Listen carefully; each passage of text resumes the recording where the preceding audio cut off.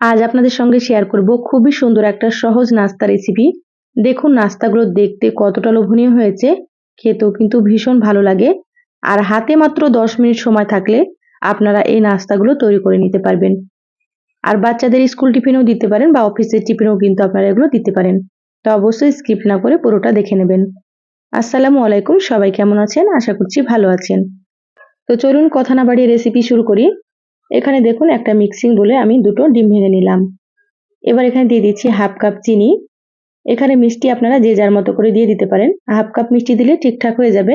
যারা খুব বেশি মিষ্টি খেতে পছন্দ করেন তারা এখানে আরো 2 থেকে 3 চামচ চিনি বাড়িয়ে দিতে পারেন। এবার ডিম আর চিনিটাকে খুব ভালোভাবে একটু ফেটিয়ে নেব, যাতে করে চিনিগুলো খুব ভালো মতো গলে যায়।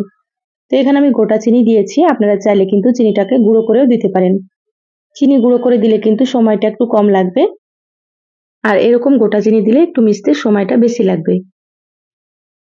যারা আমার ভিডিওটি ইউটিউব থেকে দেখছেন প্লিজ চ্যানেলটা সাবস্ক্রাইব করে সাথে থাকবেন। আর যারা ফেসবুক পেজ থেকে ভিডিওটি দেখছেন একটা লাইক দিয়ে পেজ ফলো করতে ভুলবেন না। দেখুন খুব ভালোভাবে মিশিয়ে নিয়েছি, চিনিটা খুব ভালো মতো গলে গিয়েছে। এবার আমি এখানে দিয়ে দিচ্ছি স্বাদের জন্য সামান্য একটু লবণ। লবণ দিলে কিন্তু খেতে ভালো লাগবে। আর এখানে দিয়ে দিলাম 1 টেবিল চামচ মতো সয়াবিন তেল।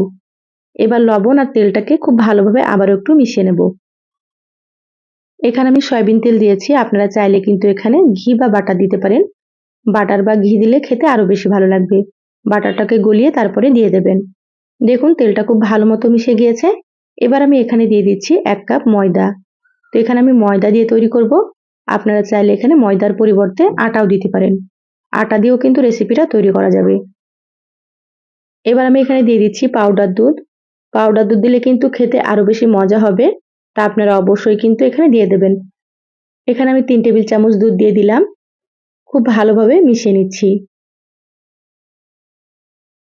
এবার এখানে দেখুন আমি হাফ কাপ পানি নিয়েছি। এবার অল্প অল্প পানি দিয়ে একটা ঘন ব্যাটার রেডি করে নিতে হবে। এখানে কিন্তু পানিটা একেবারে দেওয়া যাবে না, অল্প অল্প দিয়ে মিশিয়ে নিতে হবে। আপনারাও কিন্তু এইভাবে অল্প অল্প পানি দিবেন আর সুন্দর করে মিশিয়ে নেবেন। এমনভাবে মেশাতে হবে যাতে করে ময়দার কোনো গোটা অংশ না থাকে। তো এখানে দেখুন আবারও একটু আমি পানি দিয়ে দিলাম।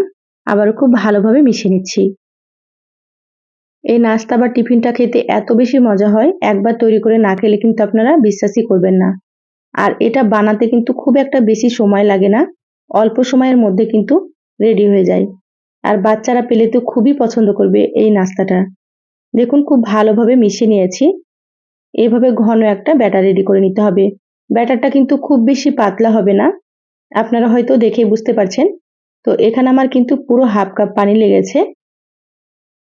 আমি এখানে 1 কাপ ময়দা দিয়েছি, 1 কাপ ময়দাতে কিন্তু হাফ কাপ পানি লেগেছে। আর এখানে আমি দুটো ডিম দিয়েছি। এখানে আমি ব্যাটারটা পানি দিয়ে তৈরি করে নিয়েছি, আপনারা চাইলে কিন্তু লিকুইড দুধ দিয়েও তৈরি করে নিতে পারেন, তাতে করে আরো বেশি ভালো লাগবে খেতে। এখানে দেখুন দিয়ে দিলাম হাফ কাপ বেকিং পাউডার। এখানে কিন্তু বেকিং সোডা দেওয়া যাবে না, বেকিং পাউডারই দিতে হবে। এবার বেকিং পাউডারটাকে আবারও খুব ভালোভাবে মিশিয়ে নিচ্ছি। দেখুন বেকিং পাউডার খুব ভালোভাবে মিশিয়ে নিয়েছি। ব্যাটারটা রেডি হয়ে গিয়েছে, সাইডে সরিয়ে রাখলাম। এবার এখানে দেখুন গ্যাস অন করে একটা ফ্রাই প্যান দিয়ে দিলাম। এবার ফ্রাই প্যানে এভাবে একটু তেল ব্রাশ করে নিচ্ছি। তো এখানে আমি সয়াবিন তেল দিয়েছি, আপনারা চাইলে এখানে ঘি বা বাটার দিতে পারেন। 1 চামচ মতো ব্যাটার দিয়ে দিলাম, ঢাকা দিয়ে 2 মিনিট মতো লো আঁচে এটাকে রাখতে হবে। দেখুন 2 মিনিট হয়ে গিয়েছে, ঢাকা খুলে নিলাম। এবার আমি উল্টে নিচ্ছি। দেখুন নাস্তার কালারটা কতটা সুন্দর হয়েছে। আমি উল্টে নিলাম, আবারও 2 মিনিটের জন্য ঢাকা দিয়ে দিচ্ছি। দেখুন 2 মিনিট হয়ে গিয়েছে, আবারও ঢাকা খুলে নিলাম।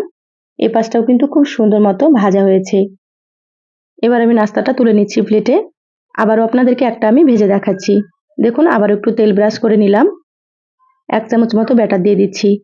এই নাস্তাগুলো ভাজার সময় কিন্তু গ্যাসের আঁচ বাড়ানো যাবে না, গ্যাসের আঁচ লোতে রেখে নাস্তাগুলো ভেজে নিতে হবে। গ্যাসের আঁচ বাড়িয়ে নাস্তাগুলো ভাজলে কিন্তু খুব তাড়াতাড়ি কালার চলে আসবে, আর ভেতর থেকে কিন্তু ভাজা হবে না। দেখুন আবারও আমি ঢাকা দিয়ে দিলাম। সুন্দর করে উল্টে পাল্টে এভাবে করে ভেজে নিয়েছি। আর বাকি যেগুলো আছে একইভাবে ভেজে নিয়ে তারপরে দেখাচ্ছি। দেখুন সবগুলো রেডি করে নিয়েছি, মাশাআল্লাহ কতটা সুন্দর হয়েছে, আপনারা হয়তো দেখেই বুঝতে পারছেন। তো একবার অবশ্যই এভাবে নাস্তা তৈরি করে খেয়ে দেখবেন। বাচ্চাদের স্কুল টিফিনে তৈরি করে দেবেন, বাচ্চারা কিন্তু খুব মজা করেই খাবে।